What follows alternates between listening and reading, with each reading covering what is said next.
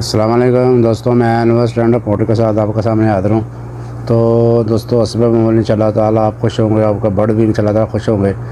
तो भाइयों, आज की वीडियो की तरफ चलते हैं। आज की वीडियो है कच्चे सील की पहचान। ये इसका दूसरा पार्ट है। पहले अगर आपने पार्ट नहीं हमारा देखा तो उस वो पहला पार्ट हमारा देख लें तो आपको ये दूसरे पार्ट की समझ आ जाएगी। पहले पार्ट में हमने सर, ताज, आँख, सर, गर्दन और इसका हमने डिटेल्स के साथ तफसीली वीडियो बनाई है, वो चेक कर लें। तो दूसरे हिस्से में भैया हम आप को बताएंगे कि ये बर्ड जो होता है, ये सील मुर्गा, इसकी लाम के बारे में बताएंगे कि सील मुर्गे की लाम क्या आती है और मुर्गे या मुर्गी की लाम किसको सील ज़बान में क्या लाम क्या होती है। तो भाइयों, जो लाम है वो सील की लाम कहाँ से शुरू होती है और कहाँ पे ख़त्म होती है। तो ये देखें, ये पिक्चर है मेरे पास। ये देखें, ये गर्दन इसकी यहाँ पे ख़त्म हो रही है और यहाँ से लेके और यहाँ तक, यहाँ ये दुमची की हड्डी होती है, दुमची का जोड़ होता है। ये इस जगह से लेके इस जगह तक जो जगह बनती है, इसको बोलते हैं लाम। असील मुर्गी हो या मुर्गा, उसकी लाम ये जगह गिनी जाती है, ये लाम होती है। ये लाम कितनी होनी चाहिए? छोटी होनी चाहिए या बड़ी होनी चाहिए? असील मुर्गे की लाम एक बलच यानी एक गिठ, जिसको पंजाबी में बोलते हैं, ऐसे एक गिठ, ऐसे ये एक गिठ होनी चाहिए लाम। ये तकरीबन इंचों में गिने को तकरीबन ये 7 या 8 इंच बनती है ये लाम। तो भैया, जो अच्छा मुर्गा होगा उसकी लाम 7 या 8 इंच होगी, यानी एक बलश्त होगी, यानी एक गिठ होगी। तो इसके बाद भैया आते हैं जो इससे छोटा होगा ना, 7-8 इंच से जिसकी लाम छोटी होगी, वो सील में उसकी असालत पे में एक पॉइंट कम होगा, यानी कि वो ऐब एक गिना जाएगा, एक बैड पॉइंट गिना जाएगा अगर उसकी छोटा साइज है तो ये लाम का। अमूमन जो खुले कुंडों वाले होते हैं जानवर और जो खुले कुंडे में लड़ते हैं, उनकी लाम छोटी होती है क्योंकि वो स्पीडर होते हैं। जैसे हमारी मियाँ वाली की ब्रीड है, वो उनकी लाम छोटी होती है, वो एक अलहदा ब्रीड है। बाकी और कुछ और ब्रीडें हैं जो उनकी लाम छोटी होती है। बाकी इसके अलावा जो है लाम इतनी होनी चाहिए, 7 या 8 या एक अपना ब्लेस्ट के तम होनी चाहिए। तो लाम के बाद भैया आगे चलते हैं, आगे आते हैं मुर्गे के कंधे। मुर्गे के कंधे कैसे होने चाहिए? असील के, ये असील के, ये देखें, ये असील के ये कंधे हैं, ठीक है। ये कंधे या शोल्डर ये कैसे होने चाहिए? ये ऊपर को यानी उचके हुए, चाहे बोलते मैं दोबारा, ये जगह जैसे है बर्ड आम हालत में होती, ये चीज़ें ऊपर उभरी होनी चाहिए। ये असील की असालत की एक अच्छा पॉइंट है। तो उभरे हुए यानी उचके हुए कंधे जो होते हैं वो अच्छे होते हैं। जब नॉर्मल हालत में मुर्गा ये खड़ा होता है तो उसके कंधे हैं वो उचके होने चाहिए। तो शोल्डर के बाद अब भाई बारी आती है पल्लों की। ये पल्ले हैं, ठीक है, यहाँ से शुरू होकर ये सारा ये एक पल्ला बनता है। मैं कोशिश करूँगा आपको तस्वीर में दिखाने की। तो ये पल्ले होते हैं। पल्ले कैसे होने चाहिए? छोटे होने चाहिए, बड़े होने चाहिए? तो भाइयों, पल्ला जो होता है सील का, वो बड़ा पल्ला होना चाहिए। बड़ा पल्ला जो असील की असालत को अच्छा पॉइंट गिना जाता है, उसकी अच्छी खूबी गिनी जाती है। तो बड़े पल्ले वाले बर्ड्स की उड़ान अच्छी होती है।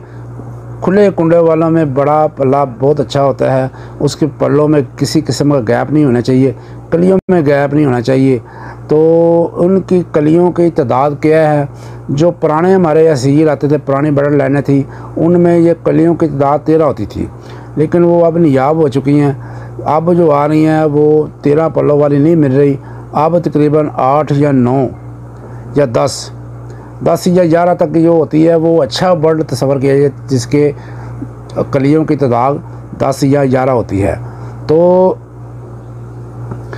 पल्लों के भैया, अगर पल्लों के दरमियान कोई गैप होगा तो उनके वो हवा गुजरेगी, और हवा गुजरने की वजह से उसकी उड़ान अच्छी नहीं होगी, और उड़ान अच्छी नहीं होगी तो वो लड़ाई की सही तरह फाइट नहीं कर सकेगा और दूसरे मकासद भी पूरे नहीं कर सकता। कलियों के दरमियान कोई गैप नहीं होना चाहिए।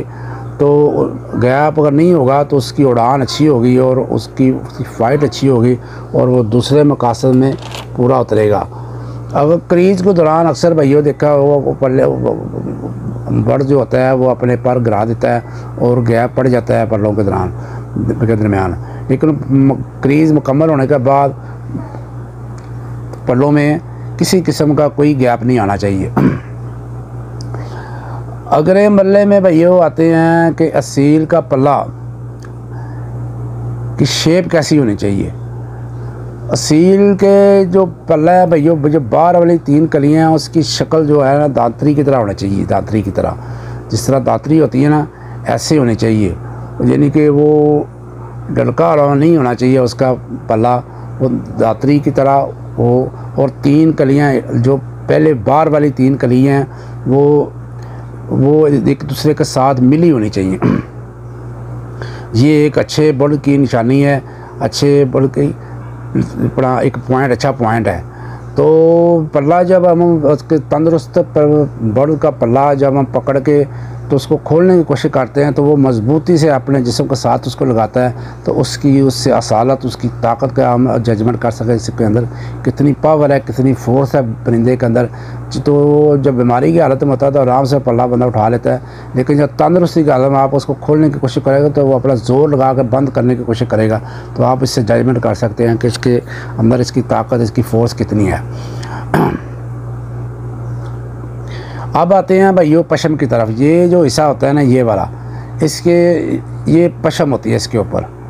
ये पशम बहुत थोड़ी होनी चाहिए, यानी कि आप उसके ऊपर हाथ ऐसे लगाएं, उंगलियां टच करें, आपको नीचे से हड्डियां जो है वो टच होती महसूस होगी कि इसके अंदर हड्डियां हैं, यानी कि ये बाल बहुत थोड़े होते हैं पशम के। तो ये पशम जो होती है चमकदार होनी चाहिए और इसके ऊपर हाथ फेरे तो आपको नीचे से हड्डी महसूस हो। जिस असील के जिस्म की पशम कम होगी वो बेहतरीन ब्लड लाइन में गिना जाएगा और उसके ऊपर चमक होगी, और चमक जो है वो असील का एक पॉइंट है। और क्रॉसिंग में मुर्गा होगा उसके में थोड़ा क्रॉस पड़ जाएगा तो वो उसकी पशम जो है वो उसकी चमक है वो कम हो जाएगी। तो रंग इसमें कोई भी नहीं हो, सफ़ेद हो, लाका हो, जावा हो, मुश्का हो, कोई भी कलर हो, लेकिन उसकी जो रंगत है वो जो है वो उसमें चमक होगी। चमक से मुराद है कि उसकी महसूस होगा कि आपको लुक नज़र आएगी कि ये बर्ड बहुत अच्छा महसूस हो रहा है। तो अब आते हैं असील की दुम की तरफ। तो असील की दुम भाइयों 3 तरह की होती है। ये दुम है, ये ठीक है, ये दुम है, ये 3 तरह की होती है। एक होता है ज़ेर दुमा, उसकी जो ये दुम है वो नीचे की तरफ आती है। एक होता है सीधी दुम वाला, ठीक है, ये सीधी दुम वाला है। एक होता है खड़दुमा, उसकी ऐसे निकली होती है, ऊपर को दुम निकली होती है। ज़ेर दुमा और सीधी दुम वाला बर्ड जो होता है वो अच्छा तस्वर किया जाता है, और जो खड़ी दुम वाला है वो असालत का एक नुक्स है, एक डिफेक्ट है, और वो अच्छा तस्वर नहीं किया जाता। ज़ेर दुमा जो है वो ज़्यादा बेहतर अच्छा तस्वर किया जाता है, लेकिन सीधी दुम वाला भी चल जाता है, इसमें कुछ ज़्यादा मसले मसाइल नहीं है। तो भाइयों दुम जो है वो खुली होनी चाहिए या बंद। खुली दुम भी अच्छी होती है, तो बंद जो दुम है वो भी अच्छी होती है। ये सब शिकारियों की अपनी एक चॉइस होती है बंदे की, कोई खुली दुम वाला पसंद करता है और कोई बंद दुम वाला परिंदा पसंद करता है। तो ये अब शिकारी की अपनी मर्ज़ी है। तो उसके बाद भाइयों आते हैं असील की अपर बैक। अपर बैक ये है कि भाइयों जैसे हम ऐसे देखेंगे बर्ड को तो उसकी जो बैक है तो वो कैसी महसूस होनी चाहिए। तो ये जो बैक है भाइयों ऐसे महसूस होनी चाहिए, तो कंधों से लेकर ये वाले हिस्से तक ये एक पान की शक्ल होनी चाहिए ऐसे, पान शक्ल वाले होता है, महसूस होता है। पीछे लुक से आप देखेंगे बैक से तो पान पत्ते की तरह होगा, जिस तरह पीपल का पत्ता हो ना, ऐसे महसूस होता है। तो उसकी पुश्त जो है ना वो दिल की तरह यानी महसूस होगी आपको, पीछे से बैक लुक यानी उसकी दिल की तरह महसूस होगी, जिस तरह दिल की शक्ल शेप होती है, ऐसे ये दिल बना होता है ना, ऐसे ये वाला ऐसे दिल ऐसे महसूस होगा। तो भाई ये पान वाली शक्ल वाला जो होता है बर्ड, ये अच्छा तस्वर किया जाता है। तो ये जो पॉइंट थे, ये उसके पल्ले हैं, ये साथ मिले होने चाहिए। इस तरह ये देखिए, जिसके मतलब अगर लटके डलके होंगे नीचे की तरफ तो बर्ड के पल्ले, तो वो अच्छा तस्वर नहीं किया जाएगा। ऐसे साथ मिले होने चाहिए बर्ड के भी पल्ले हैं। अगर नीचे लड़के होंगे तो वो अच्छा, उसका अच्छा पॉइंट नहीं तस्वर किया जाता। तो भैया इंशाल्लाह ताला दोबारा मिलेंगे तो असील के पार्ट 3 के साथ इंशाल्लाह। हमारा जिस मोहब्बत के साथ हमने वीडियो बनाई है, इसी मोहब्बत के साथ आप चैनल सब्सक्राइब करें, वीडियो को लाइक करें और वीडियो को लाइक करें और उसको शेयर भी कर दिया करें और कमेंट्स बॉक्स में आकर अच्छा सा कमेंट भी कर दिया करें। तो इंशाल्लाह मैं तीसरा पार्ट बनाने के बाद असील मुर्गी की जो मेन पॉइंट है, असील की शनाख्त पहचान के बारे में इंशाल्लाह कोशिश करूँगा आप भाइयों को अपना इल्म पहचाने की। तो भाइयों इंशाल्लाह मिलेगा नेक्स्ट वीडियो के साथ। पाकिस्तान जिंदाबाद, अल्लाह हाफिज़।